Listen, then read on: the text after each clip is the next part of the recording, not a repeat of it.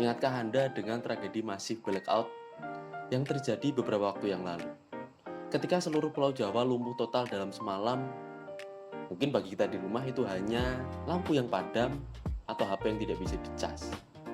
Namun, mari kita geser sudut pandang kita ke tempat yang lain. Bayangkan skenario pemadaman itu terjadi pada sebuah rumah sakit. Gangguan daya sekecil apapun, taruhannya adalah keselamatan jiwa manusia.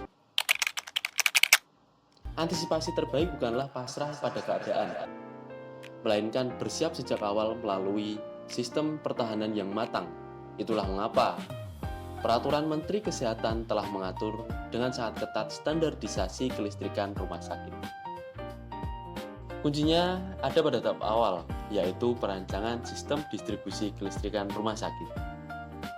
Di sini, saya mengambil studi kasus pada suatu rumah sakit, di mana beban dibagi menjadi 8 kategori.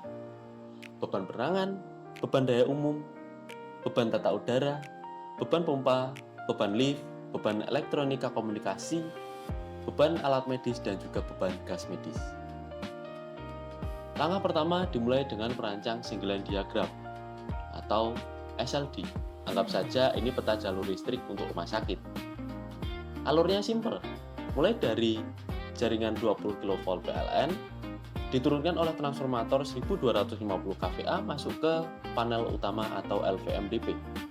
Lalu didistribusikan ke panel-panel cabang per lantai dan juga luar ruangan. Setelah SLD jadi, saya nggak langsung bilang, ini oke, ini bagus, bangun aja.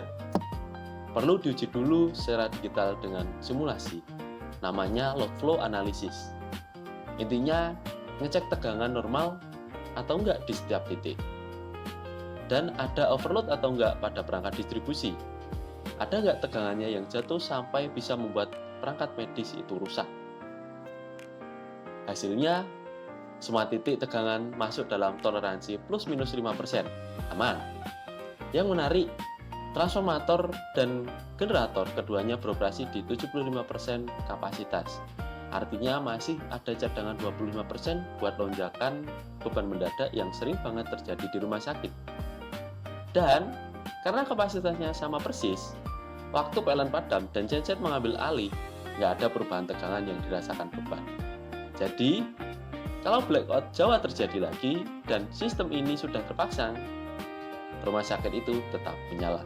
Saya Fuad Galih Pambudi, sampai jumpa.